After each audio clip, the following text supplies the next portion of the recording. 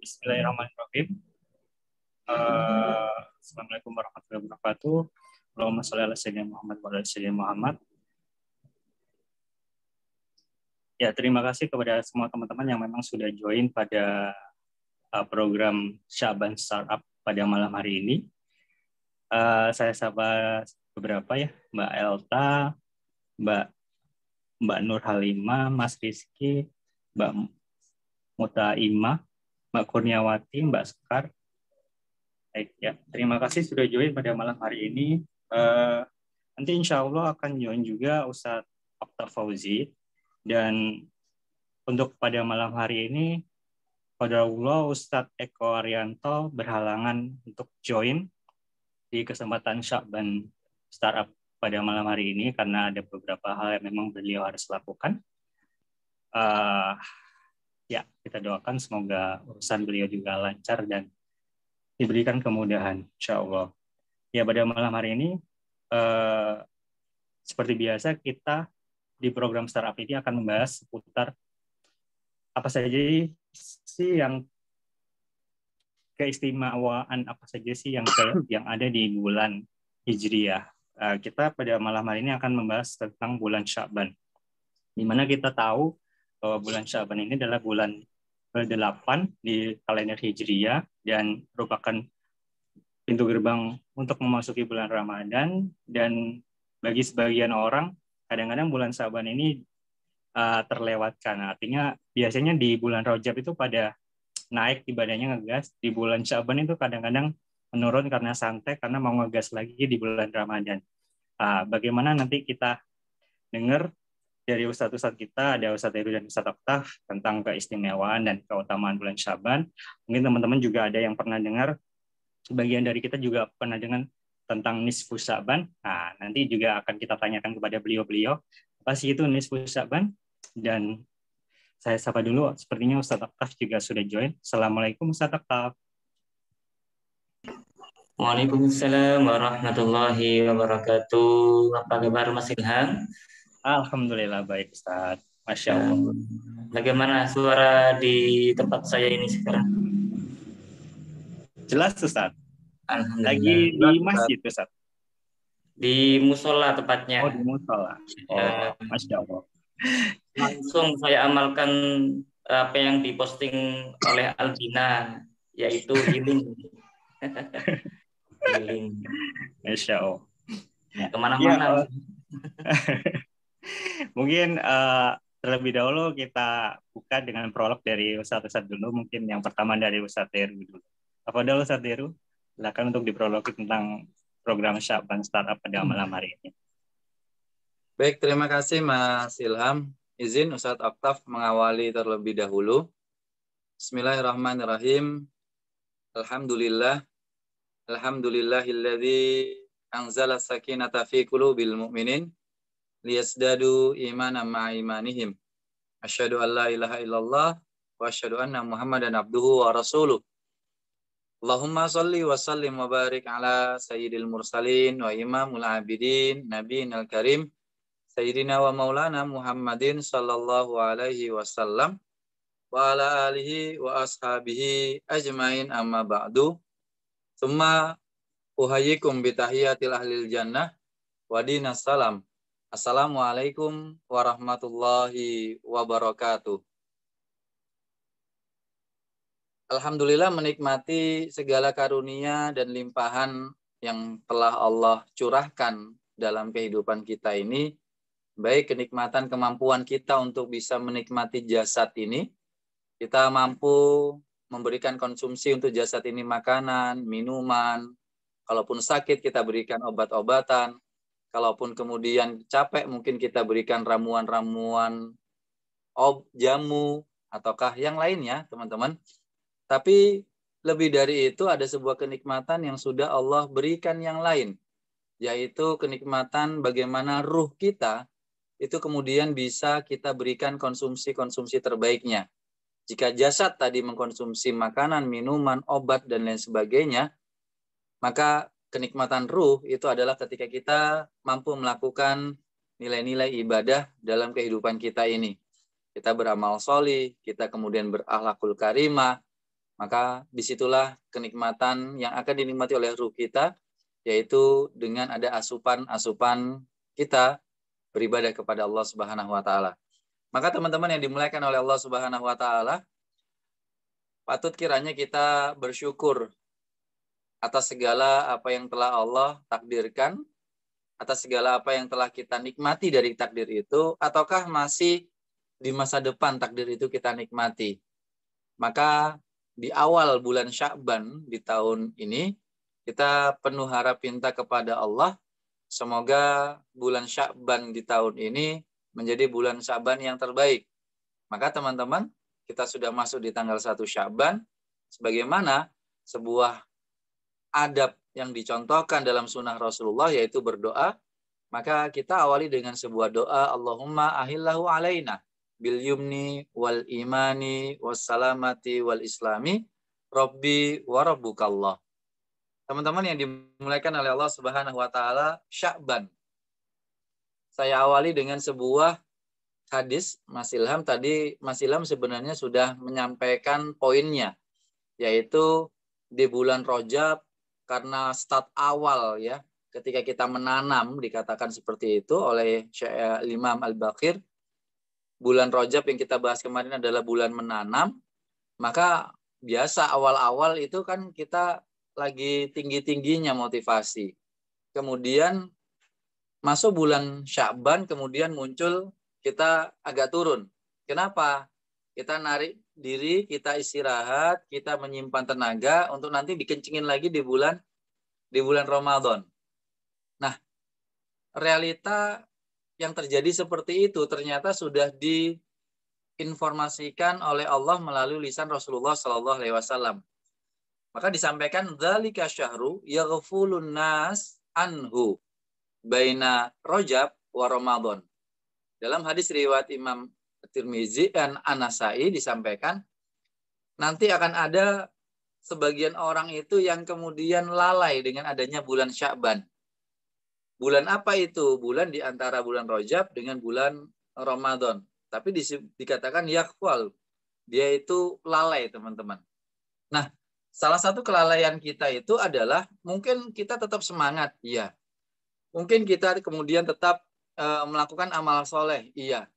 Tapi ada yang menarik, sebuah kata-kata dari Ibnu Rajab Al-Hambali mengatakan sebuah kelalaian itu adalah ketika kita itu tidak mempersiapkan ilmu qoblal amal. Saya ulangi lagi. Kelalaian kita itu adalah saat kita tidak mempersiapkan ilmu kita sebelum kita mengamalkan. Itu disebut lalai, teman-teman. Jadi kita memaksakan, sudah kita amal, pokoknya kita beramal, pokoknya kita melakukan kebaikan, tapi tidak diawali dengan sebuah ilmu dan pemahaman. Maka kaidah umumnya, para ulama-ulama sepakat bahwasanya al-ilmu qoblal amal, wal adab qoblal ilm. Yang namanya ilmu itu harus mengawali dari perbuatan amal. Tetapi sebelum adanya ilmu itu kita harus memiliki adab. Nah, di Sya'ban Startup inilah teman-teman kita mencoba untuk tidak lalai, yaitu dari satu hal. Apakah itu?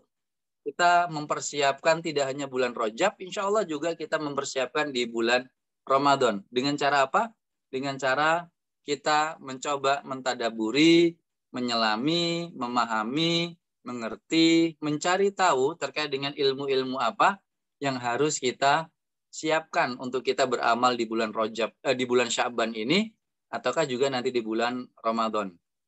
Maka teman-teman Albina Family yang dimuliakan oleh Allah Subhanahu wa taala, menarik sebuah nasihat dari Imam Nawawi. Beliau rahimahullah menyatakan dan memberikan nasihat kepada kita dengan kalimat yang indah sekali.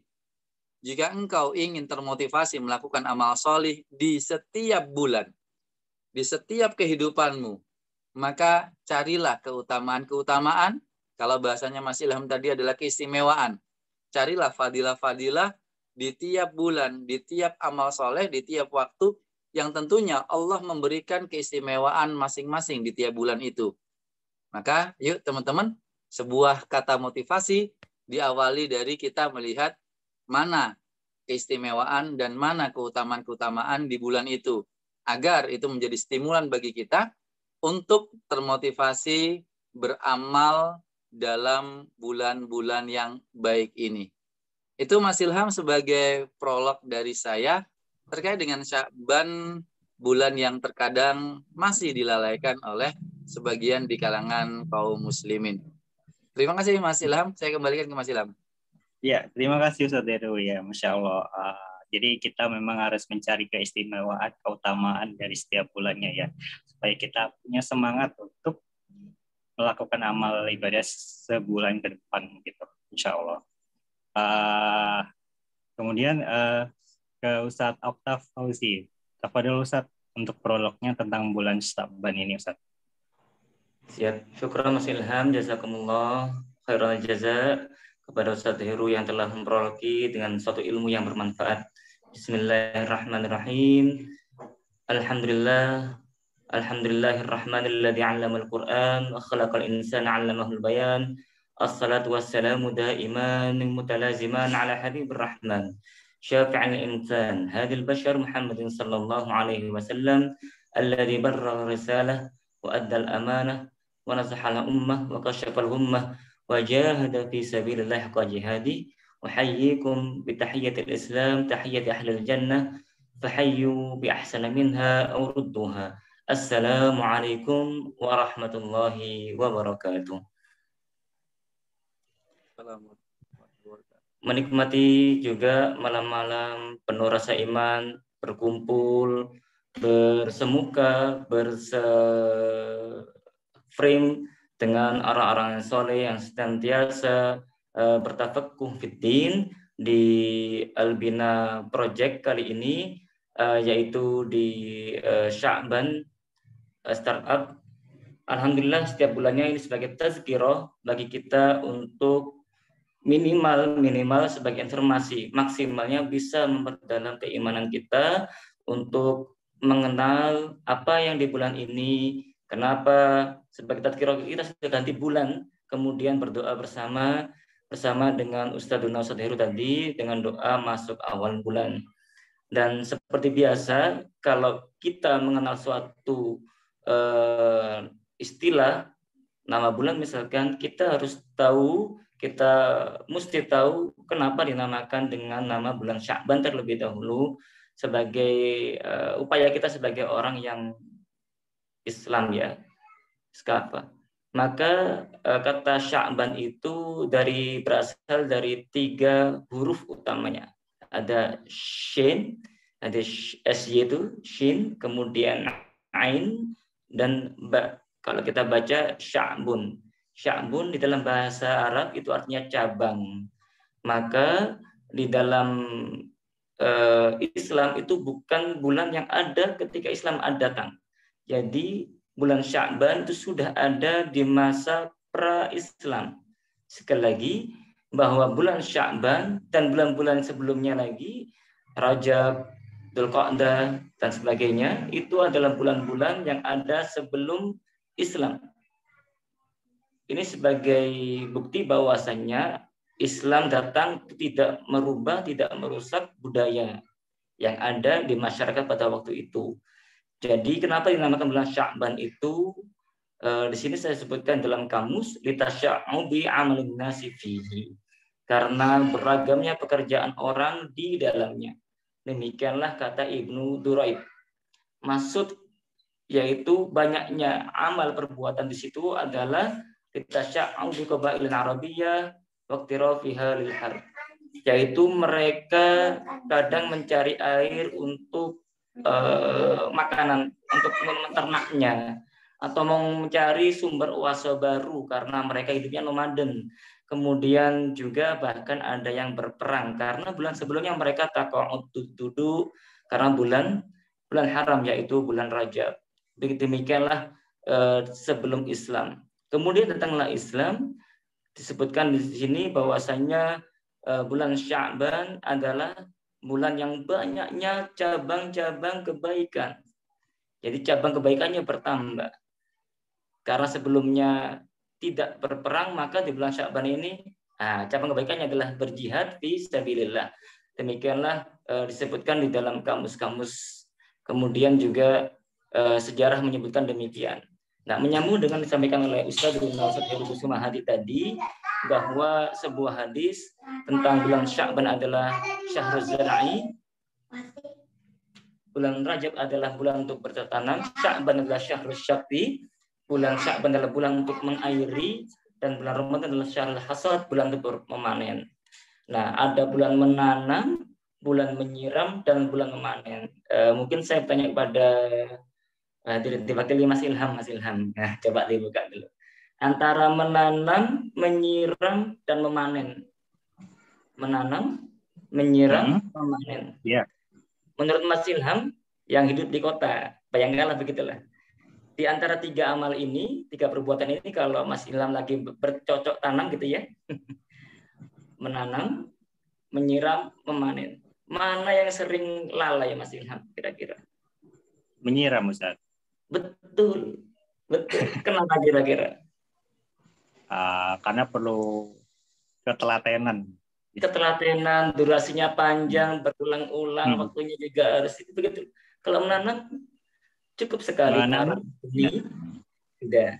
Kemudian kalau memanen, apalagi memanen, selesai ya. Kalau menyiram, pagi, sore, kalau 2 sehari 2 kali. Pagi, siang, sore kalau 3 kali. Dan itu kalau kelebihan mati, kurang juga kering mati. Maka demikianlah kurang lebihnya logika kita mengatakan, memahami bahwa saya harus mengatakan syahrul Sya'ban syahrul yakfulu fihin nas. Jadi bulan di mana orang yang banyak lalai dalam menyikapi. Jadi mungkin kalau sudah semangat-semangatnya di bulan Rajab banyak melempem ayem. Padahal di bulan Sya'ban ini ada banyak kebaikan-kebaikan.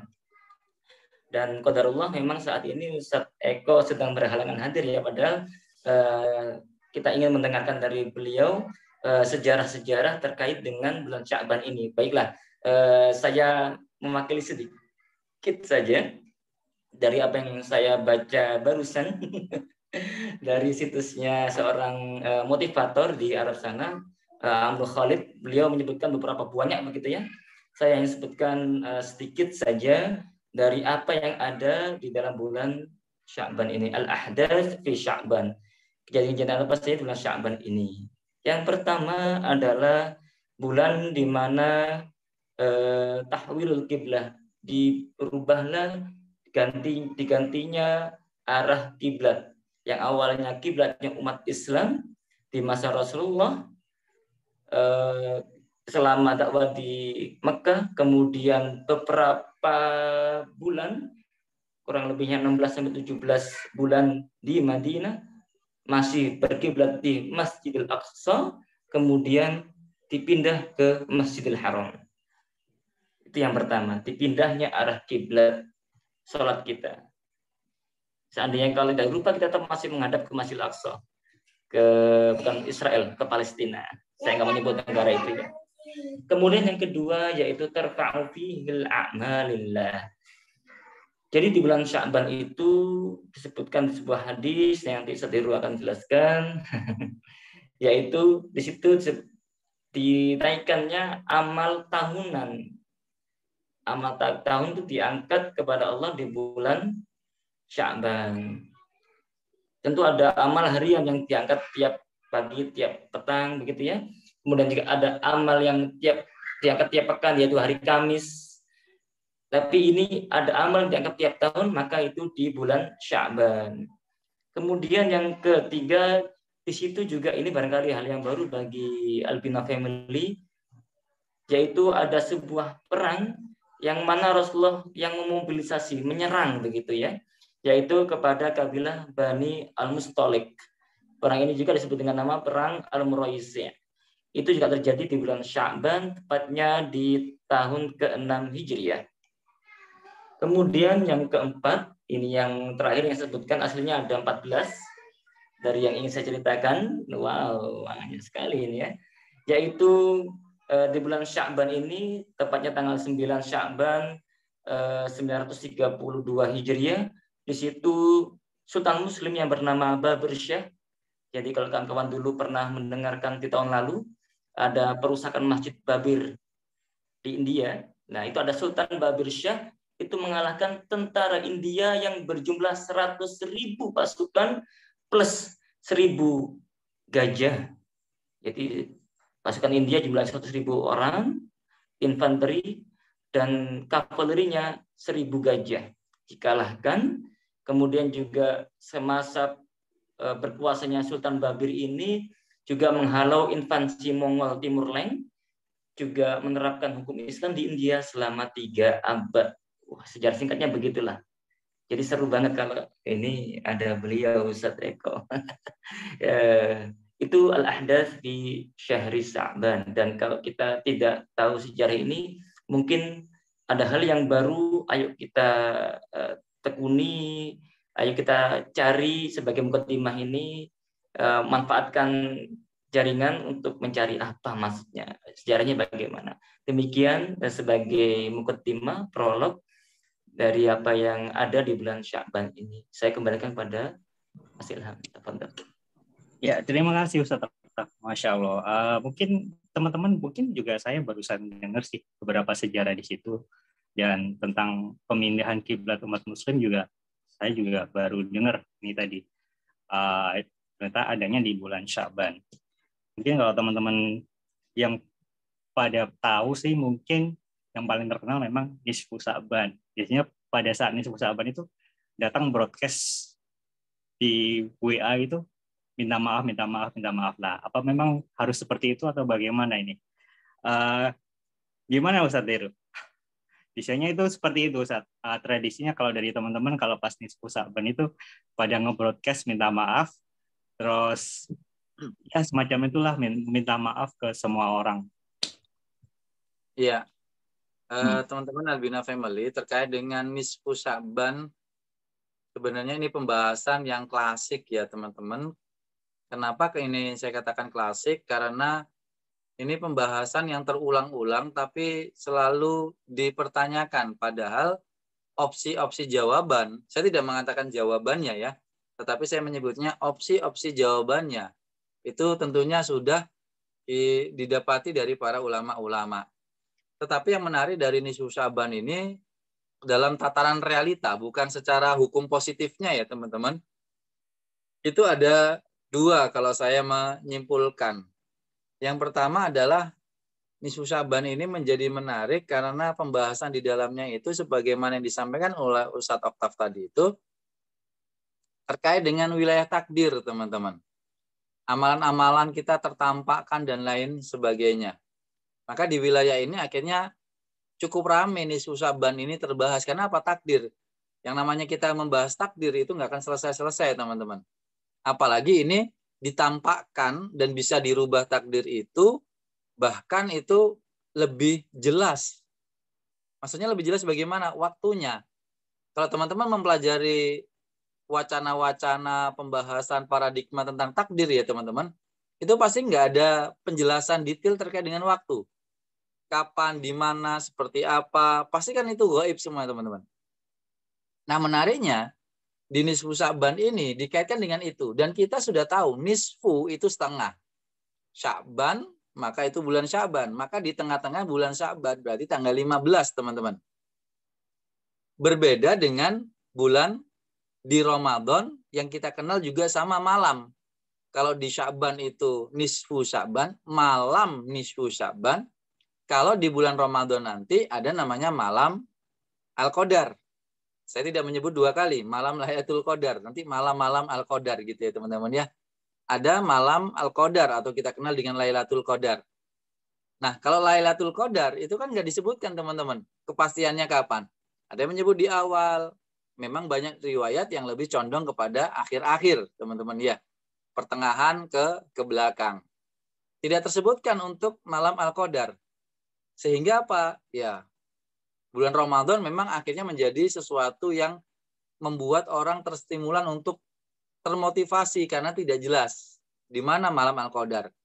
Nah, kembali lagi ke Sya'ban, malam Nisfu Sya'ban, pasti kan kita menyebutnya malam ya, bukan siang Nisfu Sya'ban, bukan sore Nisfu Sya'ban.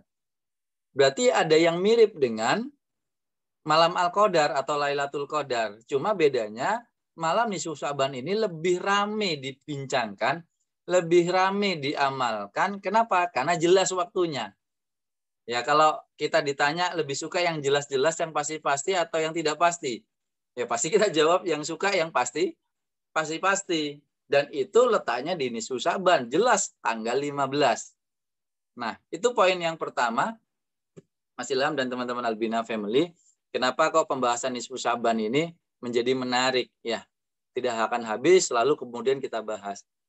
Yang kedua adalah pembahasan di sini ini ya pada umumnya terjadi perbedaan pendapat yang bahkan meruncing terkait dengan amalia-amalia di nisfu Sya'ban ini. Memang semuanya sepakat ada hadis. Saya katakan ada hadis, saya tidak menyebut sunnah dulu untuk mengambil sisi amannya dulu. Saya mengatakan ada hadis yang itu menceritakan tentang keutamaan nisfu Sya'ban. Ada teman-teman hadisnya, redaksinya ada teman-teman. Ada yang diriwayatkan oleh Imam An-Nasa'i, ada yang diriwayatkan oleh Imam Ahmad. Ada teman-teman.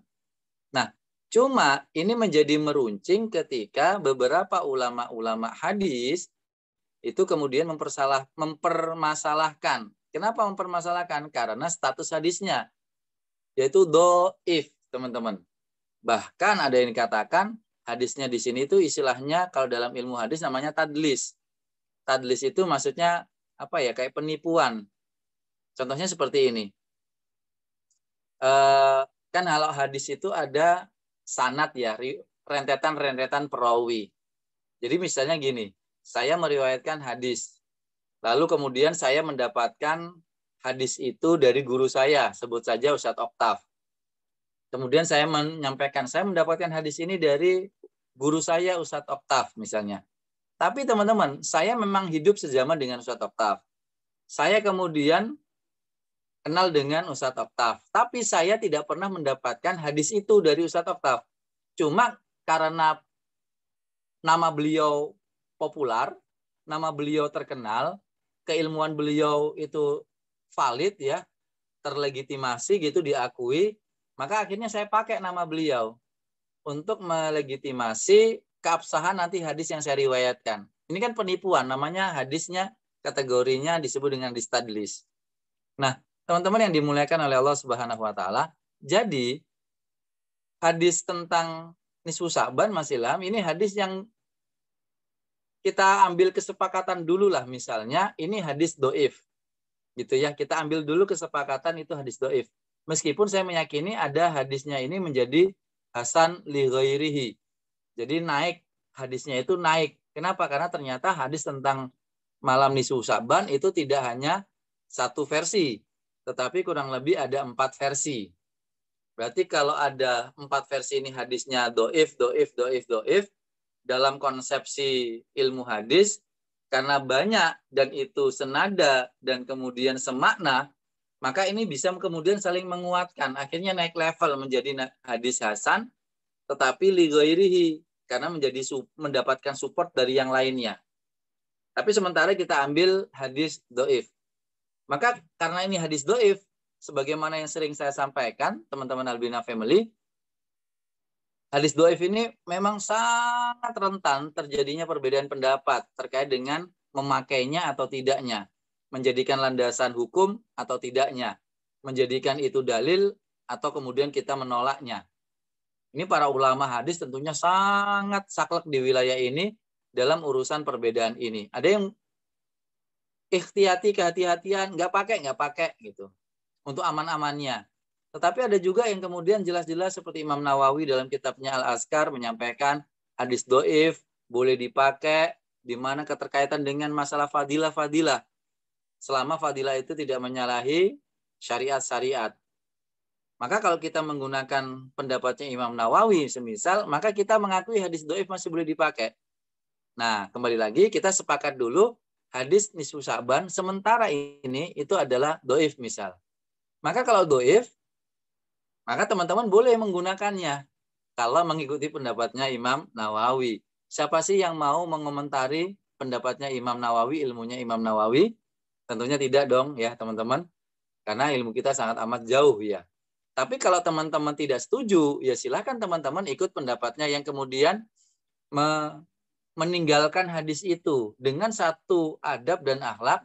Jangan kemudian mengomentari dengan keburukan kata, keburukan kalimat terkait dengan pendapat ada orang yang melakukan nisfu Sya'ban itu, teman-teman. Karena itu juga mendasar kepada pendapatnya Imam Nawawi. Nah, sekarang secara umum bagaimana Mas Ilham terkait dengan hal itu? Maka saya bagi klasifikasinya menjadi 3. Satu, ada yang membid'ahkan, teman-teman. Ibnu Rajab Al-Hambali yang tadi saya sebut di awal, ya, Al-Hafidz Ibnu Rajab, itu mengatakan itu adalah bid'ah. Peringatan malam nisfu Sya'ban. Monggo silakan sekali lagi teman-teman ikut pendapatnya Al-Hafidz Ibnu Rajab. Tetapi menariknya di beberapa ulama-ulama yang lain mengatakan itu tidak bid'ah. Selama kemudian misal ini teknis, klasifikasi yang kedua, ketika kita mengamalkan itu tidak bersifat jamaah. Jadi kita secara personal, secara individual, malam nisfu Sya'ban kita memperbanyak ibadah, malam nisfu Sya'ban kemudian memperbanyak amal-amal kebaikan. Ketika dilakukan secara pribadi, maka tidak terjatuhi hukuman makruh. Tapi kalau berbareng-barengan, maka ada yang mengatakan itu termakruhkan. Makruh, teman-teman, ya, bukan bid'ah. Tetapi ada juga yang kemudian meyakini karena ini banyak riwayatnya tadi, akhirnya ini menjadi bukan hadis doif. Naik, maka kalau naik bukan hadis doif, maka boleh dong diamalkan. Nah, akhirnya banyak juga saudara-saudara kita yang kemudian mengamalkan. Maka teman-teman masih ingat di pertemuan bulan yang lalu, saya menunjukkan bukti beberapa kitab, ya Mas Ilham, terkait dengan perbedaan-perbedaan sudut pandang para ulama-ulama hadis.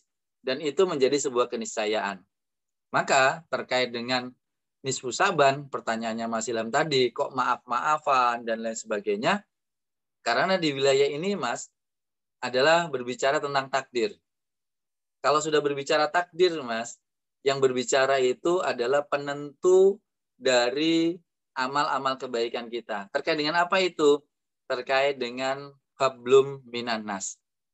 Maka kalau kita perhatikan teman-teman, banyak dalil yang berbicara banyak orang melakukan kebaikan, banyak orang punya pahala, tapi kalau dia tidak baik dengan sesamanya, dia menyakiti hatinya, dia memfitnah, menzolimi. Sebagaimana hadis bangkrut dikatakan oleh Rasulullah SAW ketika bertanya, Atadrunal ma muflis, tahukah kamu siapa yang muflis itu? Apa yang terjadi? Orang yang bangkrut itu yang dia punya banyak pahala ibadah, tapi qad syatama hadza wa akala mala hadza wa daraba hadza wa qadhafa hadza, tapi dia memukul, memfitnah, mencaci, memaki. Apa yang terjadi, teman-teman? Hablum minallahnya kemudian terhapuskan gara-gara dia memiliki masalah dari hablum minanasnya. Maka sering saya gunakan kata-kata orang yang memiliki aktivitas keseharian membantu orang, hablum minanasnya itu baik. Itu bisa jadi penyempurna dari amal ibadah kita yang dalam sifat hablum minallahnya. Maka teman-teman, biasanya memang Mas Ilham banyak orang minta maaf. Kenapa? Mereka lebih menegaskan terkait dengan takdir ini itu dengan hablum minannasnya. Jadi lebih banyak minta maaf, minta doa, minta ampun, dan lain sebagainya. Kenapa? Wilayah ini wilayah penentuan dari amal ibadah yang lain. Maka ada sebuah hikmah. Mas Ilham pasti agak bingung ini kalau saya tanya. Rasulullah itu pernah bersabda, kemudian itu menjadi harapan dan pintanya Rasulullah. Apa itu? Layar fa'u min amali, aku ini berharap sekali ketika amalku itu dinaikkan derajat ke atas. Amalku ini diangkat oleh Allah. Ketika malam nisfu Sya'ban kan salah satu keutamaannya itu amalan itu diangkat. Iya. Menariknya Rasul mengatakan, wa inni shaim. Aku berharap saat itu aku puasa. Loh, malam nisfu Sya'ban kan sudah malam. Iya. Kenapa kok Rasulullah pinginnya itu pas diangkat itu posisinya sedang berpuasa. Loh, kok bengi-bengi kok puasa? Nah, kira-kira kalau menurut Mas Ilham, apa hikmahnya, Mas, dari apa yang saya sampaikan tadi? Kira-kira, Mas. Kita dianjurkan untuk melakukan banyak amalan-amalan kebaikan, Ustaz, seperti berpuasa dan lain-lain gitu. Oke, Ustaz. Jadi gini, teman-teman Albina Family yang dimuliakan oleh Allah Subhanahu wa taala. Amalan yang komplit, amalan yang paripurna atau amalan yang mengikat antara hablum minallah dengan hablum minannas itu adalah ibadah puasa. Coba teman-teman ibadah yang rukun Islam ya, syahadat itu wilayah kita dengan Allah. Ya. Kemudian sholat kita dengan Allah. Jarang sholat itu kita dengan sesama. Bahkan tidak boleh teman-teman ya. Kalau lagi sholat, contoh, wih ada Mas Ilham, silakan Mas. Sof pertama Mas, monggo-monggo, saya tak di belakang saja. Itu pun sudah salah secara sunnah Rasul. Kita nggak boleh mempersilahkan orang mendahulu kita kalau kita sudah di depannya untuk masalah sholat. Berarti kan kasarannya ya, dalam tanda kutip, kan egosentris. Sholat itu ya.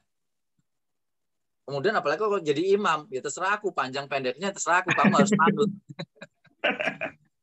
Nah, kalaupun kemudian zakat, itu kan kelihatan memang ada hablum minanasnya, teman-teman. Ya, kelihatan ada hablum minanasnya. Tapi kenapa saya katakan sholat? Karena kalau wilayah zakat ini, hablum minanasnya itu biasanya tergerus, terkontaminasi oleh sesuatu yang riya. Jadi maka hilang nilai ibadahnya itu hilang. Jadi hablum minanasnya itu menjadi pemicu akhirnya ibadahnya itu terkuras. Apalagi haji. Woi, tawaf, kemudian ngeluarkan HP, live, siaran langsung. Padahal yang nonton cuma 2. Riaknya tambah kenceng lagi, teman-teman. Yang menghilangkan amal ibadah itu. Hanya puasa, teman-teman. Kita mau sombong apa puasa? Misalnya lemes kita sombongkan. Wih, kamu kok bisa lemes gitu ya? Keren puasamu. Ya enggak. Malah kita dikata-katain. Ngono ya kok lemes ya. Ya aku buger gitu. Karena kan kesombongan dari puasa itu apa untuk sesama manusia? Nggak ada, teman-teman. Iya. Nah, jadi itu bukan dikatakan secara bahasa atau literalnya itu Rasulullah malam-malam itu puasa, teman-teman. Enggak. Tetapi Rasulullah ingin menegaskan di bulan Sya'ban ini memang dikatakan oleh istri Rasulullah Ummu Salamah, itu beliau mengatakan ra'aitu Nabi sallallahu alaihi wasallam itu berpuasa syahraini mutatabi'aini. Aku tidak pernah melihat lagi Rasulullah itu berpuasa 2 bulan berturut-turut kecuali bulan Sya'ban dengan bulan Ramadan. Dalam artian berturut-turut di sini itu banyak yang Rasulullah lakukan di bulan Sya'ban berpuasanya. Satu sisi sebagai warming up, pemanasan, tapi juga satu sisi berharap amalnya itu ketika diangkat, beliau mengatakan, ini so'im, aku sedang berpuasa. Jadi kata-kata berpuasa di sini bukan amaliyah puasa, tetapi ada pada wilayah majas, teman-teman. Apa itu? Agar wilayah-wilayah saat amal kita ditarik, diangkat oleh Allah, hablum minannas kita, itu tidak masalah. Urusan kita dengan sama manusia, tidak terjadi konflik, tidak terjadi kemudian keburukan-keburukan, untuk menyelamatkan ibadah pahala-pahala dari ibadah kita. Sementara seperti itu Mas Ilham, Allahu a'lam bishawab. Masya Allah. Ya mungkin kalau untuk menjaga hablum minannas kita, mungkin kita biasakan ya untuk meminta maaf mungkin. Nggak hanya di nisfu Sa'ban saja atau di Lebaran saja gitu ya Ustadz ya? Iya pastinya. Jadi tidak, yang namanya meminta maaf itu tidak terkhususkan sebenarnya. Tetapi jangan salahkan juga kalau ada teman-teman yang termotivasi di waktu yang khusus. Karena sangat manusiawi kalau ada kemudian waktu yang spesial itu kemudian teman-teman ya tertarik sekali karena ya manusiawi banget ya Mas Ilham, teman-teman Albina Family. Kalau ada yang khusus-khusus itu kan kita seneng, privilege itu khusus ya. Kemudian ada karpet merah itu ya khusus. Siapa sih yang enggak suka yang khusus seperti itu. Jadi tetap minta maaf itu kapanpun juga, tapi juga jangan salahkan kalau ada orang yang termotivasi di waktu yang khusus itu. Insya Allah. Ya mungkin kalau pas hari biasa mungkin malu, jadi mungkin ini bisa jadi starting point-nya ya. Karena di hari khusus bisa jadi kebiasaan untuk kedepannya, insya Allah. Lanjut ke Ustadz Aftaf dulu ya Ustadz Heru ya. Ustadz Aftaf, saya ini pernah baca itu kalau di bulan Sya'ban Itu kalau kita beramal soleh, itu bukan hanya dicatat oleh malaikat, tapi dilafalkan malaikat dan dilaporkan langsung ke Allah. Sedangkan di bulan-bulan lain itu cuma dicatat di buku catatan amal. Apakah benar demikian, Ustaz? Apa dapat itu? Syukuran jazilan Mas Ilham, Ustaz Heru, dan Albina family sekalian. Alhamdulillah kita memang sudah memasuki bulan Sya'ban, bulan yang banyak cabang-cabang amal kebaikan di dalamnya, dan juga di situ Rasulullah SAW menyampaikan melalui hadis yang disampaikan oleh salah satu istri beliau, yaitu Ummu Salamah.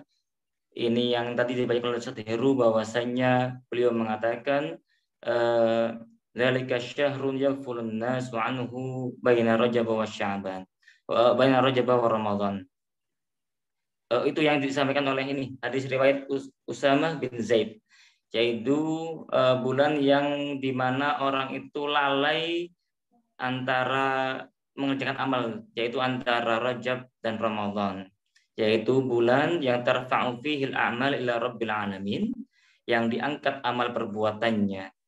Kemudian lebih lanjut, fa'habbu an yarfa'a amali wa ana sha'im, dan saya suka kalau amalku itu diangkat dalam keadaan saya berpuasa. Karena sudah diamal di bulan ini, maka amal itu langsung dilaporkan oleh malaikat Allah alam bisawab. Itu amaliyah yang tahunan, seperti tadi yang mana seperti eventual ya. Kalau amal harian diangkat pada waktu pagi dan petang. Seperti yang saya sampaikan tadi, kalau amal dalam hadis yang lainnya, Rasulullah SAW berpuasa Senin Kamis. Kenapa hari Senin? Karena hari itu Rasulullah dilahirkan. Kenapa hari Kamis? Karena hari Kamis itu hari di mana diangkatnya amal perbuatan pekanan. Jadi beliau juga mengatakan fahabbu an yurfa'a amali wa ana sha'im. Beliau mengatakan demikian juga. Dan saya juga lebih suka agar ketika diangkat amalku dalam keadaan saya berpuasa. Maka istimewa juga memang amaliyah puasa ini di hadapan Allah Subhanahu wa taala. Kenapa beliau tidak mengatakan wahabbu an yurfa'a amali wa ana muzakkin. Saya dalam keadaan zakat, atau wa ana musallin, dan dalam keadaan sholat. Kenapa berpuasa? Karena kedudukan amal ibadah puasa ini istimewa sekali, karena ini adalah baini wa baina abdi, kata Allah, antara aku dan hambaku pencatatannya. Dan juga bulan Sya'ban ini adalah bulan untuk menghadapi bulan yang mulia, yaitu bulan Ramadan. Maka amaliyah istimewa di bulan ini adalah puasa. Seperti hadis-hadis yang disampaikan oleh istri beliau, yang pertama adalah Bunda Aisyah, yang kedua adalah Ummu Salamah. Yang pertama, Bunda Aisyah mengatakan apa? Ketika Rasulullah SAW itu di bulan Sya'ban, beliau itu berpuasa sampai kita kira beliau tidak berbuka, tidak buka puasa sama sekali. Atau ketika beliau berbuka, seolah-olah beliau tidak berpuasa. Maksudnya, jadi beliau itu mutawalian, bergantian puasa, tidak, Allah alam, para sejarah. Seolah-olah beliau itu berpuasa, tidak begitu. Allah alam. Kemudian di bulan Sya'ban ini seolah-olah beliau itu berpuasa berturut-turut antara bulan Sya'ban kemudian lanjut di bulan Ramadan, seperti berpuasa 2 bulan berturut-turut. Kemudian memang kedudukan dua istri beliau ini, Aisyah dan Ummu Salamah, adalah dua istri yang dikenal kecerdasannya. Bunda Aisyah, kita tahu beliau adalah muallimah sahabat, gurunya para sahabat, jadi sahabat-sahabat senior bertanya bagaimana Nabi Muhammad. Juga Ummu Salamah itu terbukti kecerdasannya ketika Rasulullah SAW di dalam peperangan atau perjanjian Hudaybiyah, ketika para sahabat hilang kepercayaan kepada Nabi karena menerima perjanjian begitu saja yang terlihat merugikan umat Islam, menguntungkan orang kafir, Rasulullah tanda tangan di situ. Kemudian apa usulan Bunda Ummi Salamah, beliau mengatakan, wahai Nabi, agar para sahabat ini mengurungkan niatnya, tidak getol untuk berhaji, berumroh di sekarang ini, maka silakan sembelih hadiunya, kemudian potong rambut Anda. Rasulullah melakukan itu. Walhasil Rasulullah, para sahabat melihat Rasulullah dalam keadaan demikian mengikuti. Begitulah ketika di tahun ke-7 Hijriyah. Kembali ke sisi fikihnya. Jadi amaliyah yang Rasulullah lakukan di bulan Sya'ban ini adalah berpuasa. Dan terkait dengan nisfu Sya'ban, menyambung tadi yang disampaikan oleh Ustadz Heru, kawan-kawan sekalian, memang ada hadisnya, yaitu hadis dari Abu Musa al-Ash'ari. Ini hadis yang masyhur, yang sering disampaikan di masjid-masjid, di musola-musola. Ketika itu Rasulullah SAW bersabda, Innallaha la yatla'u fi lailatin nisfi minasya'ban. Allah itu, kalau dikatakan terbit tidak ya, di langit dunia pada malam nisfu Sya'ban. Ini baru adalah istilah malam nisfu Sya'ban. Padahal hadis ini hadis yang tidak sahih alias dhaif. Tapi nanti saya bacakan tasihnya hadisnya. Fayaghfiru li jami'i khalqih. Nah, ini. Ketika itu Allah mengampuni seluruh makhluknya. Saya ulangi lagi, fayaghfiru li jami'i khalqih, mengampuni seluruh makhluknya. Jadi di sinilah mungkin broadcast itu muncul. Agar apa? Agar minta maaf. Karena apa? Kalau tidak maaf nanti seperti ini, illa lil musyrikin, kecuali bagi orang yang musyrik, orang musyrik tidak akan diampuni oleh Allah pada malam ini, au musyahin.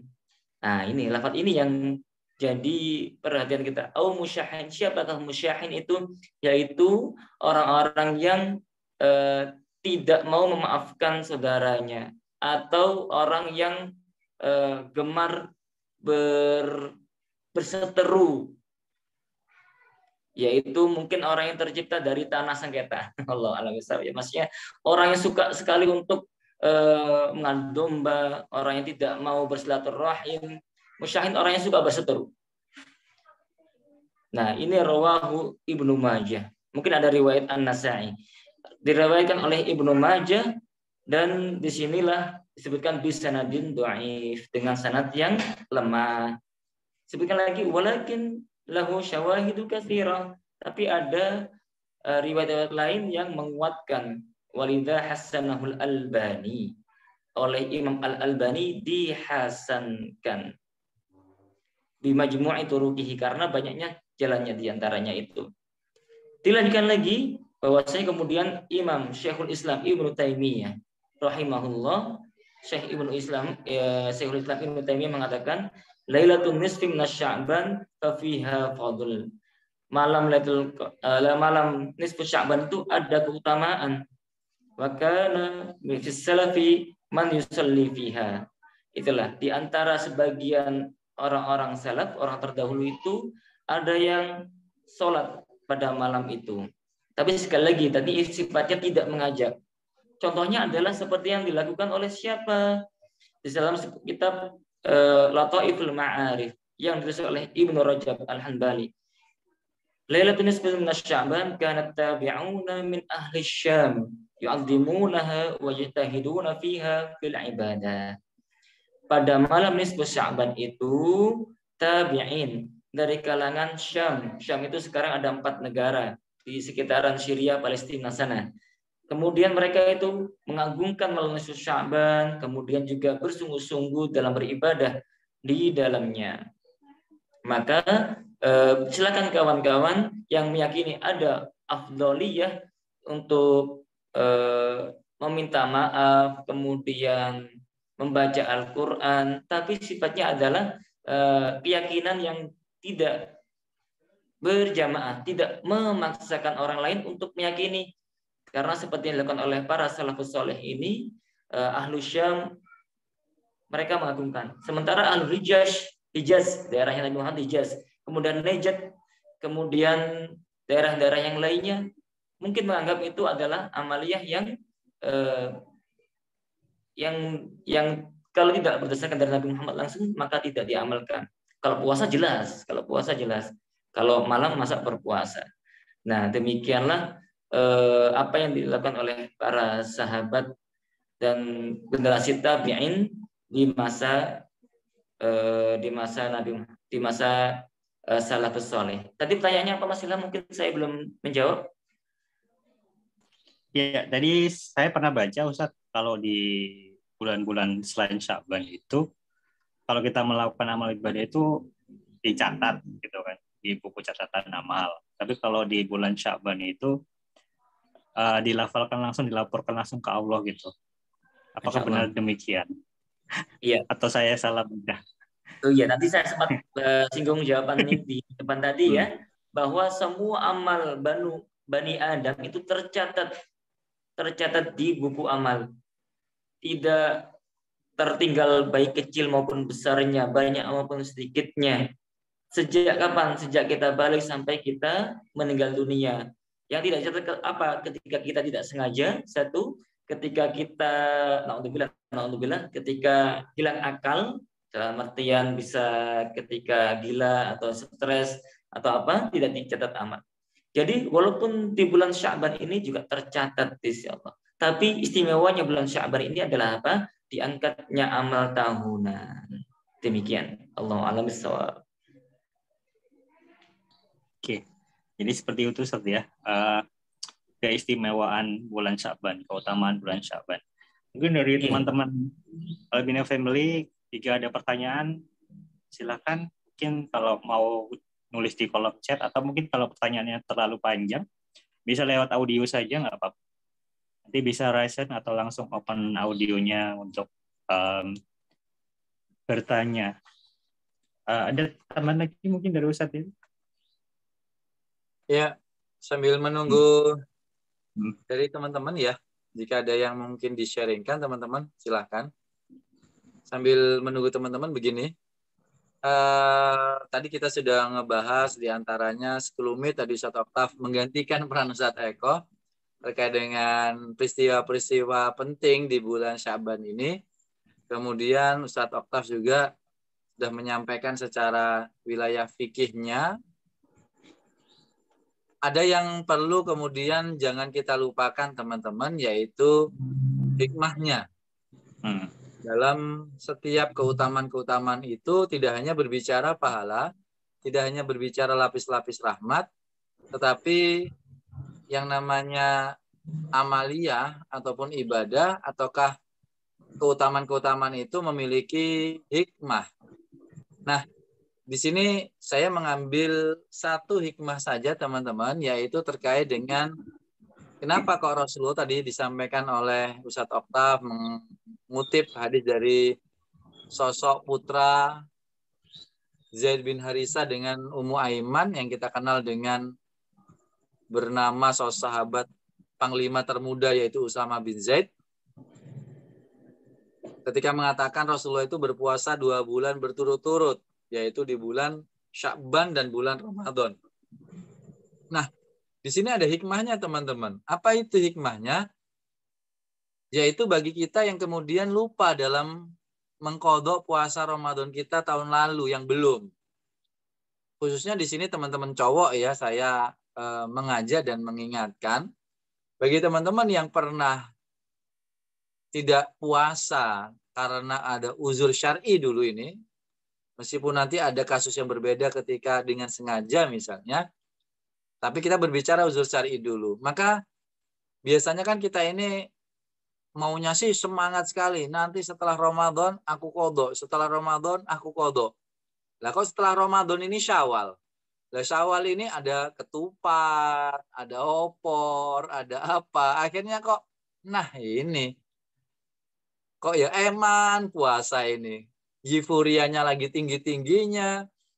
Godaan-godaan semakin banyak. Nanti aja deh misalnya setelah Syawal. Mulai Zulqa'dah, Zulhijjah, Muharram, dan seterusnya. Ternyata apa? Ya sibuk dengan aktivitas keseharian kembali. Akhirnya apa? Lupa mengqadha. Nah, biasanya kan kita ini ingat-ingatnya itu terakhir-terakhir biasanya. Yaitu di bulan Rajab dan bulan Sya'ban. Tapi biasa gitu juga bulan Rajab mungkin iya, tapi kemudian ya masih ada bulan satu lagi kok, bulan Sya'ban gitu ya. Akhirnya nggak jadi lagi teman-teman. Nah, lalu apa hikmahnya Rasulullah berpuasa di bulan Sya'ban ini begitu banyaknya, hampir sama dengan bulan Ramadan? Maka satu sudah kita sampaikan di depan, hikmahnya adalah sebagai warming up. Pemanasan teman-teman. Untuk kita tidak kaget di bulan Ramadan nanti kita berpuasa dengan semaksimal mungkin. Namun hikmah yang kedua yang jarang kita ketahui adalah Allah sudah sangat baik dengan mengkondisikan bulan terakhir kita teman-teman untuk mengkodok. Yaitu bulan Sya'ban. Bagaimana caranya Allah mengkondisikan? Bulan ini diberikan contoh oleh Rasulullah. Rasulullah itu banyak berpuasa, hampir 1 bulan penuh. Berarti seakan-akan kalau seandainya kita mengikuti sunnah Rasulullah ini, situasi kondisinya kan seperti pra-Ramadan. Banyak orang berpuasa. Nah, maka menjadi pertanyaan teman-teman, kalau kita yang statusnya mengkodok misalnya, lebih suka mana? Kita berpuasa mengkodok, itu saat di sekeliling kita banyak yang berpuasa, atau di sekeliling kita yang banyak yang tidak berpuasa? Nah, Banyak yang pasti kan puasa, jawabannya Ustaz. banyak berpuasa, godaannya lebih minimalis lah. Jadi teman-teman, saya ingatkan bagi teman-teman yang masih punya qadha puasa, Allah sudah siapkan, Allah sudah mudahkan, Allah sudah hadirkan sebuah aturan yang sebenarnya itu menyarankan Allah itu mempermudah kita untuk bisa mengqadha tanpa melewati Ramadan berikutnya. Ya. Jadi teman-teman manfaatkan di bulan Sya'ban ini bagi teman-teman yang masih bolong puasa Ramadannya yang lalu karena uzur syar'i. Lalu biasanya muncul pertanyaan teman-teman, ya kalau tidak uzur syar'i bagaimana? Nah, gitu kan ya. Kalau tidak uzur syar'i bagaimana? Ya para ulama, sebagian besar ulama sepakat, imam mazhab kecuali Imam Abu Hanifah mengatakan bahwasanya bagi mereka yang bolong puasa Ramadannya karena bukan uzur syar'i, maka ketika dia tidak mengkodok, maka dia kemudian diminta tetap mengkodoknya, tetapi harus membayar fidyah, teman-teman. Ya, kalau sudah mau terakhir-terakhir ini, ternyata sudah ketemu Ramadan lagi, tetap nanti akan mengkodok, tetapi dengan satu catatan, tetap harus membayar fidyah juga. Sedangkan kalau ibu-ibu hamil yang karena uzur syar'i, seperti istri saya misalnya, ya kata orang Jawa, istri saya kesundulan. Anak ketiga dan keempat hanya berbeda 1 tahun, hampir 1 bulan. Berarti mulai menyusui. Jadi mulai Ramadan yang lalu sama Ramadan sekarang, posisinya sekarang pun istri masih menyusui, teman-teman. Jadi ini namanya uzur syar'i. Maka kalau uzur syar'i tidak masalah meskipun belum sempat mengkodok penuh. Ya, ini disepakati oleh misalnya oleh para imam mazhab dan beberapa sahabat, misalnya ini termaktub di Al-Mausu'ah Al-Fiqhiyah Al-Kuwaitiyah. Di situ disebutkan tidak mengapa kalau punya uzur syar'i. Maka saya mengajak teman-teman untuk menikmati dan memaksimalkan bulan Sya'ban ini untuk mengkodok puasanya. Kenapa? Insya Allah lebih banyak yang berpuasa di bulan Sya'ban ketimbang di bulan Rajab. Maka Allah mengkondisikan demikian untuk memberikan kita kemudahan-kemudahan. Seperti itu Mas Ilham dari saya. Allahu a'lam. Ya, Masya Allah. Buat teman-teman, ini sebagai pengingat ya, pengingat saya juga kayaknya. Mungkin ada yang teman-teman ada usul tadi, belum dikodok, mungkin bisa diniatkan dari sekarang dan dilakukan sekarang. Ini ada pertanyaan dari Mbak Elta Hayanusa. Apakah benar bahwa Nabi Muhammad SAW mengumpulkan puasa sunnah untuk dikodok pada bulan Sya'ban? Itu yang pertama. Yang kedua, saat mendekati puasa biasanya sudah menjadi kebiasaan, ini tentang tradisi masyarakat untuk melayat ke kuburan. Apa hukumnya melayat hanya pada saat hari mendekati Ramadan? Padahal mungkin dari siapa ini yang mau menjawab? Oktav, fikih ya. Ustaz Oktav. Ustaz Oktav, kamu dulu Ustaz.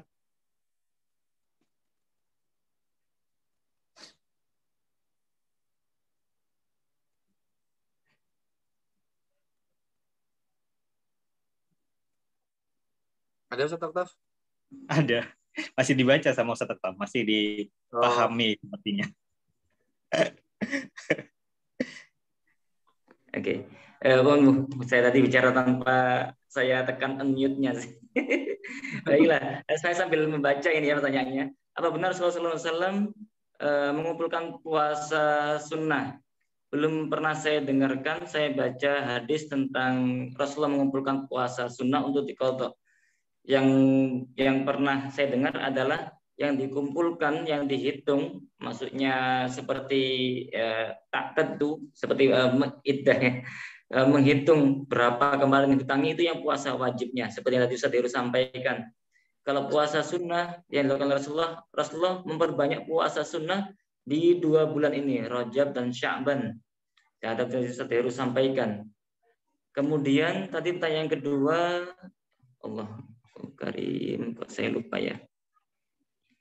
Kemudian yang kedua, saat mendekati puasa biasanya sudah menjadi kebiasaan dan adat istiadat masyarakat untuk melayat ke kuburan.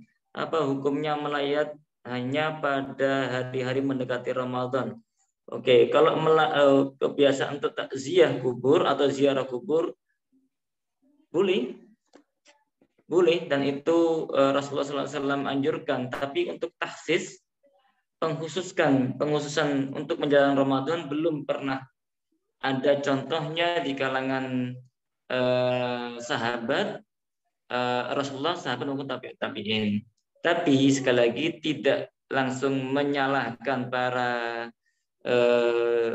sahabat kita, saudara-saudara kita yang mengamalkan demikian. Mereka mengambil mungkin pada saat yang lainnya tidak menemukan waktu libur atau apa gitu. Tapi saya sarankan kalau Anda ingin ziarah kubur, kemudian mendoakan, kalau mendoakan tidak harus menunggu waktu ziarah kubur. Ada sanak famili Anda yang sudah meninggal dunia, maka Anda doakan. Sekarang pun silakan Anda doakan. Ini sekarang turun hujan di tempat saya, maka silakan doakan. Nah, begitu ada waktu mustajabah di sepertiga malam yang terakhir, doakan. Ataupun kalau Anda menunggu untuk ziarah kubur, jangan menunggu menjelang Ramadan. Itu pesan saya. Tapi boleh saya menambahkan, tadi sudah terjawab semua 2 pertanyaan tadi ya. Saya menambahkan, biasanya kalau di hadis tentang puasa menjelang atau menjelang di setengah terakhir di bulan Sya'ban, apa hukumnya? Apa hukumnya untuk kita berpuasa tanggal 15, 16 sampai tanggal 30 bulan Sya'ban. Di situ ada hadis yang seolah-olah bertentangan. Dan ini sangat baik sekali kalau kita mengetahui dalilnya dan kemudian mengetahui jawabannya. Karena pertentangan mengenai hal ini sangat-sangat tajam sekali. Bahkan ketika saya ada di pondok pesantren, bayangkan di pondok pesantren pun ada pertentangan, apalagi di luar pondok pesantren.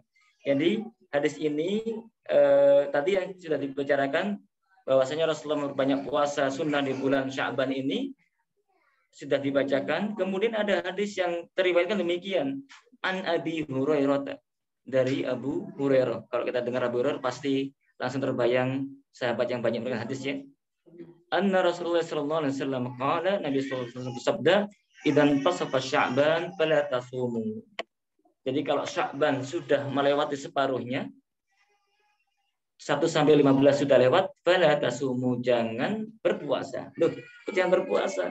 Dilanjutkan lagi dari Ammar bin Yasir, bahwasanya Rasulullah SAW sabda, "Man shama yaumal ladzi yushakku fihi." Barang siapa yang berpuasa di hari yang diragukan di situ, faqad asa Abul Qasim Muhammad sallallahu alaihi wasallam, maka sungguh mengingkari Abu Qasim, julukan untuk Nabi Muhammad sallallahu alaihi wasallam. Ini hadis yang diriwayatkan oleh Abu Dawud, Tirmidzi, Nasa'i, Ibnu Majah dan disahihkan oleh Albani. Nah, ini kalau kita mengetahui ada hadis yang bertentangan, nanti Ustaz Heru yang membahas riwayat hadisnya, tapi dalam segi fikih kalau ada hadis-hadis yang seolah bertentangan, maka pendekatannya yang pertama adalah thariqatul jam'i, metode dikumpulkan hadis-hadis itu, kemudian diambil hal yang bisa dikumpulkan. Yang kedua adalah thariqatut tarjih, dikuatkan salah satunya, dilihat mana yang sahih, maka diambil. yang lebih sahih dari sahih diambil. Ada sahih, ada dhaif, diambil yang sahih. Nah, kalau ini para ulama mengutamakan thariqatul jam'i, mengumpulkan hadis-hadis yang seolah bertentangan itu. Bagaimana caranya? Satu, mengambil fadilahnya, bahwasanya istimewanya adalah berpuasa dan kemudian tetap ada fadilahnya. Kemudian larangan di situ tidak sifatnya haram, fala tasumu, jangan kamu berpuasa, itu bukan sifatnya haram, tapi sifatnya adalah makruh. Makruh bagi siapa? Orang yang tidak biasa berpuasa. Gak pernah puasa sunnah, moro-moro mendekati Ramadan, berpuasa. Karena ada hadis yang berbunyi, jangan mendahulukan la taqaddamu Ramadan, jangan mendahulukan Ramadan sehari ataupun 2 hari sebelumnya. Begitu. Maka kalau kita lihat hilal bulan sabit Ramadan baru berpuasa. Kalau apalagi yang orang yang puasa sehari 2 hari menjelang Ramadan, setengah bulan saja dilarang ya. Begitu. Demikian barangkali sedikit jawaban mengenai fikih di puasa. Maka amaliyah yang paling mendasar untuk segera kita pelajari, segera kita amalkan di bulan Sya'ban ini adalah belajar tentang fikih Ramadan atau fikih siam, fikih puasa. Demikian. Saya kembalikan lagi kepada Mas Ilham. Ya, terima kasih Ustaz atas jawabannya. Ada satu lagi pertanyaan ini dari Mbak Novita Sari. Assalamualaikum Ustaz, adakah tanda dosa kita diampuni Allah? Jadi ketika masuk Ramadan siap untuk menjadi manusia yang lebih baik. Bagaimana ini, Ustaz Deru? Tanda dosa kita diampuni oleh Allah. Jadi ketika kita masuk Ramadan, kita sudah siap untuk menjadi manusia yang lebih baik. Suaranya Ustaz. Ustaz Deru, mic-nya. Mohon maaf, saya belum menangkap pertanyaan. Apakah itu pertanyaan atau pernyataan gitu ya. Jadi kalau memang kita sudah diampuni, kita bersih, ya kita kembali lagi menjadi sosok yang sudah paripurna, dalam artian sudah kembali lagi menjadi hamba Allah yang baik, ya tidak terlumuri oleh dosa. Kalau memang itu pernyataan, itu komentar saya. Namun saya relate-kan dengan apa yang disampaikan oleh sekelumit tadi oleh Ustadz Oktav. Di terakhir-terakhir tadi statement beliau, begini teman-teman, anggap saja tadi di bulan Sya'ban ini kita diampuni oleh Allah, kita banyak minta ampun, minta pengampunan dari salah dan khilaf. Nah, ketika kemudian kita masuk di bulan Ramadan, kita sudah bersih, kita sudah suci, kita sudah siap untuk melakukan kebaikan-kebaikan. Atau kata Ustadz Oktav tadi itu sebenarnya teman-teman, bulan Sya'ban ini adalah bulan persiapan. Persiapan untuk apa? Untuk ibadah di bulan Ramadan nanti. Persiapan bentuknya apa? Macam-macam tentunya. Salah satu diantaranya adalah persiapan keilmuan. Jadi sebenarnya saya lebih senang itu kajian-kajian itu semakin banyak itu adalah di bulan Sya'ban. Tentang apa? Ya tentang keilmuan-keilmuan, fikih, hadis, keutamaan, peristiwa-peristiwa terbaik di bulan Ramadan, agar nanti ketika itu sudah disajikan di bulan Sya'ban, kemudian kita masuk di bulan Ramadan, kita nggak usrek aja kembali lagi mencari ilmunya, belum lagi kemudian nanti berdebat lah, belum lagi kemudian kita satu dan lain hal kah. Akhirnya kesempatan kita untuk beribadah itu kemudian hilang. Padahal kan bulan Ramadan ini kalau pakai bahasa dalam tanda kutip bukanlah bulan menuntut ilmu. Ramadan ini bulan ibadah, teman-teman. Dan kita tahu tadi al-ilmu qoblal amal. Sebelum kita beramal, sebelum kita beribadah, maka kita harus tahu ilmunya dulu. Maka yuk cari ilmunya itu di bulan Sya'ban ini. Nanti ketika di bulan Ramadan, ya kita sudah beribadah dengan khusyuk, dengan nyaman, dengan tenang, sehingga kita bisa memaksimalkan ibadah-ibadah kita di bulan Ramadan. Karena sebaik-baiknya kita teman-teman kalau pakai pembanding, komparatif study dengan para ulama-ulama, jauh teman-teman. Padahal kalau dibilang sibuk, ya kita nggak sibuk-sibuk banget dibandingkan dengan aktivitas para ulama. Tapi seperti Imam Syafi'i bisa sehari itu khatam 30 juz. Nah, kita kan setidak-tidak sibuknya kita, paling ya sehari kita khatamkan 1 juz, akhirnya 1 bulan kita khatam 30 juz. Nah, Imam Syafi'i sehari 30 juz, teman-teman. Padahal beliau penulis, beliau sosok mufti, beliau orang yang banyak dicari orang, beliau ada sosok yang sering dicari untuk dimintai pendapat. Intinya waktu beliau sedikit untuk kenikmatan beliau beribadah. Tapi kok bisa? Maka jika beliau bisa, seharusnya kan kita juga bisa. Mungkin beliau sudah tidak mencari ilmunya lagi. Jadi sudah dapat dan paham dan tinggal mengamalkan. Maka ibaratnya step by step-nya itu, ya kalau saya sebut itu 1, itu adalah kebiasaan. 2, itu ada pemahaman. Yang 3, itu adalah kesadaran.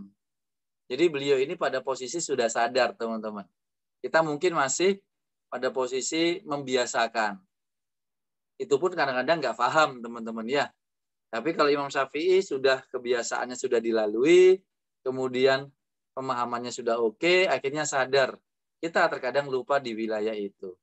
Jadi mungkin itu yang saya relate-kan, Mbak Novitasari, terkait dengan pertanyaan ataukah pernyataannya tadi, saat dosa terampuni kita menjadi sosok manusia yang paripurna. Sebagaimana bulan Sya'ban kita gunakan untuk meleburkan dosa-dosa kita agar saat masuk bulan Ramadan kita siap untuk melaksanakan segala titah dan perintah dari Allah Subhanahu wa taala, yaitu beribadah. Allahu a'lam bishawab. Seperti itu Mas Ilham. Ya, terima kasih Ustaz Heru. Sudah hampir jam 9. Mungkin kita coba untuk kali closing statement-nya dulu ya Ustaz ya. Tentang Baik. apa yang memang kita dapat di Sya'ban Startup pada malam hari ini. Monggo. Dari Ustaz saya dulu. Ya. Oke. Jazakallah. Albina Family yang masih tetap setia tafakuh fiddin bersama dengan kami. Semoga juga kita menjadi wasilah bagi saya untuk meminta kepada yang hadirin di sini, apabila tidak menemukan saya di surga, cari saya, begitu ya. Itulah wasiat bagi setiap orang yang bertafakuh fiddin. Jadi memang perlu terima kasih kepada Mbak Novitasari dan siapa lagi tadi yang sudah bertanya, yang membuat kami juga berpikir apakah benar dosa kita diampuni. Bahkan tetap wilayah pahala dan dosa itu tetap hal yang gaib, yang dijaga oleh Allah, bahkan tidak dibocorkan kepada nabinya sekalipun, apalagi lah kepada seorang orang seperti kita yang tidak jelas pastinya surga maupun neraka. Dan juga tidak langsung ditegur ketika kita melaksanakan dosa, dan juga tidak langsung tunjukkan ketika kita benar. Maka hal yang gaib ini adalah sebagai motivasi bagi kita agar senantiasa berbuat kebaikan, mawas diri, tidak merasa cukup.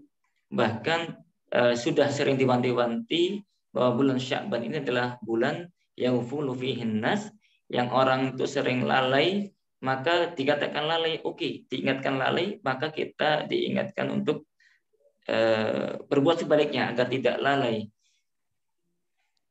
Marilah Albina Family juga di dalam kesempatan menjelang bulan Ramadan ini kita persiapkan dengan persiapan terbaik kita menghadapi perjumpaan dengan bulan yang mulia ini, agar apa yang terjadi bulan Ramadan itu menjadi janji Allah yang diberikan kepada hamba-hamba yang soleh. Apa saja? Yang pertama, diampunkan dosanya.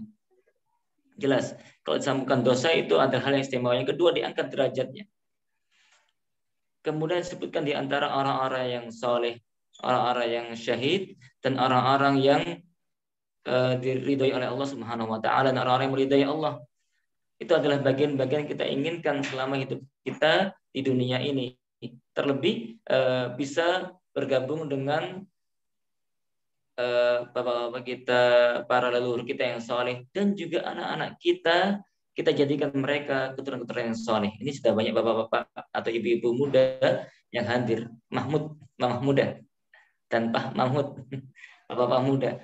Maka sudah semestinya kita kondisikan rumah kita yang masih menumpang rumah mertua, alhamdulillah masih ada rumah yang tempat. Yang rumah sendiri, alhamdulillah. Yang masih ngontrak, alhamdulillah. Semua yang disyukuri. Maka dengan kesyukuran itu menjadi wasilah kita untuk hidup lebih tenang, ibadah lebih tenang lagi.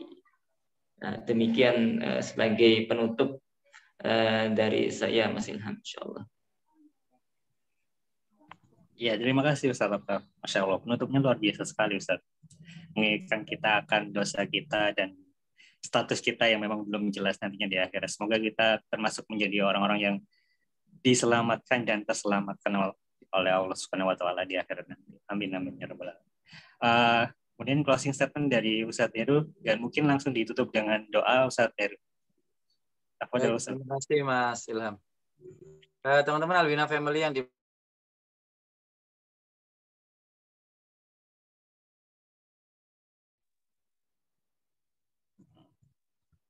sepertinya ada masalah jaringan.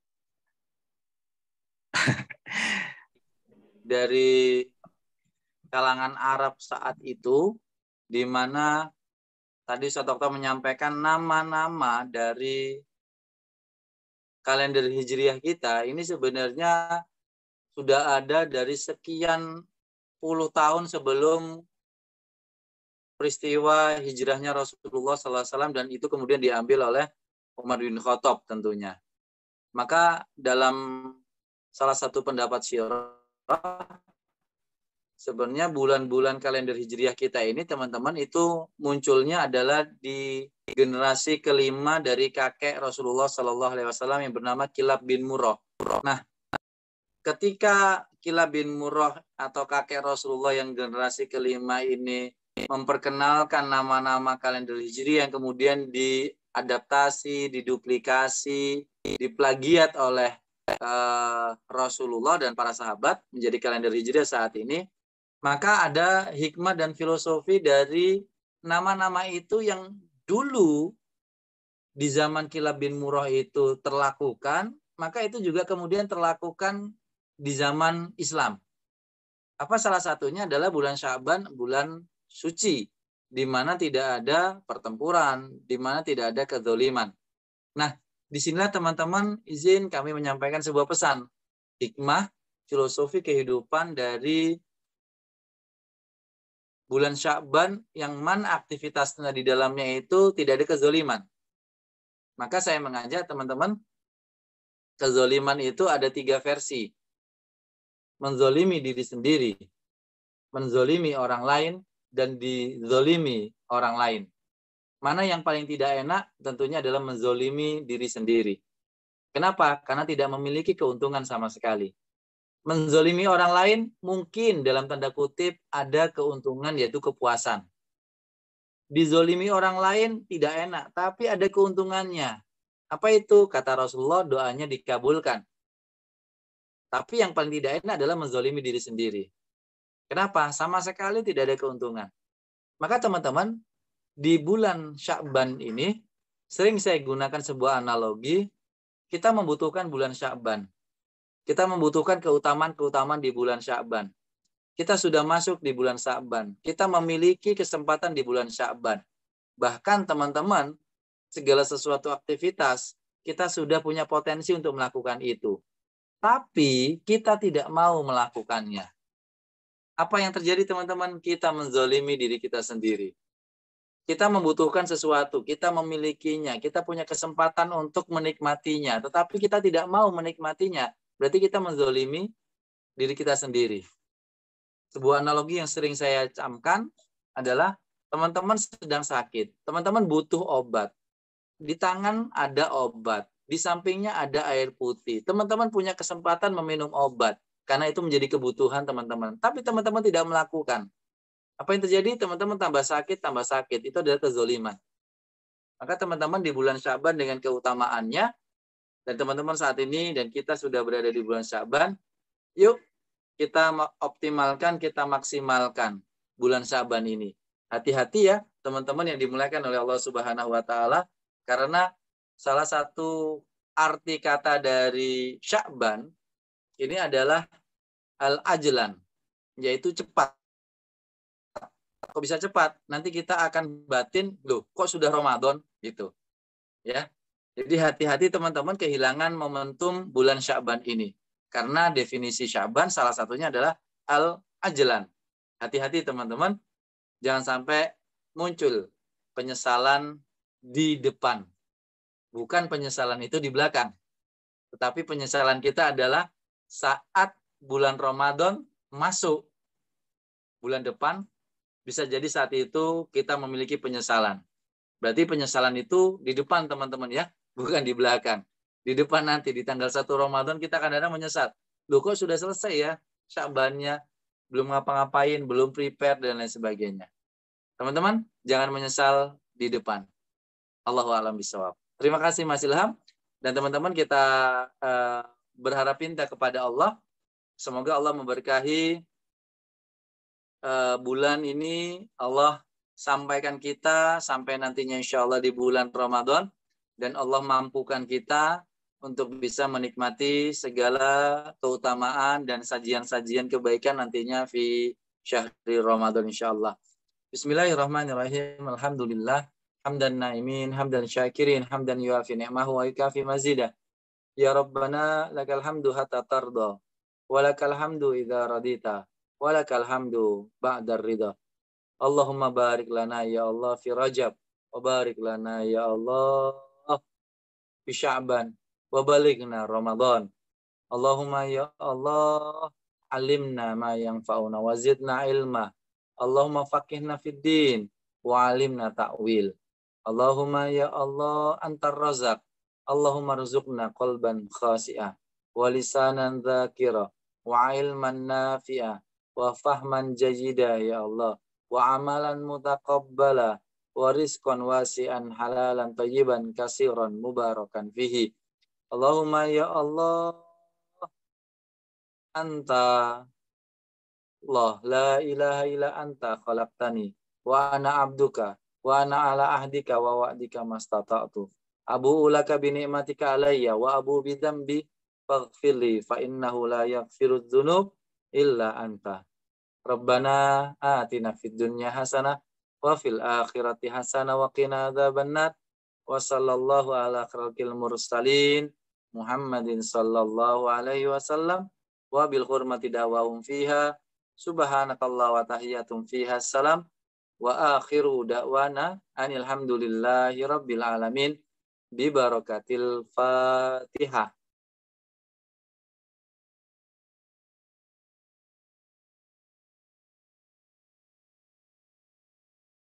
Amin ya rabbal alamin. Terima kasih Ustaz Oktav.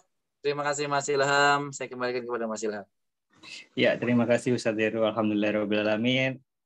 Kita memulai alhamdulillah Albina Family memulai program startup ini. Alhamdulillah sudah 1 tahun ya Ustaz. Kita memulainya di Ramadan Startup dan insya Allah mungkin kita akan akhiri di Ramadan Startup bulan ini mungkin. Nah, nanti bagaimana nanti tunggu saja update-nya di Instagram kita. Nanti kita akan update apakah nanti akan dilaksanakan secara offline ataupun online. Nanti insya Allah akan diupdate oleh admin project. Dan sebelum kita akhiri, mari kita baca istighfar 3 kali. Astagfirullahaladzim, astagfirullahaladzim, astagfirullahaladzim. Dan kita tutup dengan doa kafaratul majelis. Subhanakallahumma wa bihamdika asyhadu an la ilaha illa anta astaghfiruka wa atubu ilaik.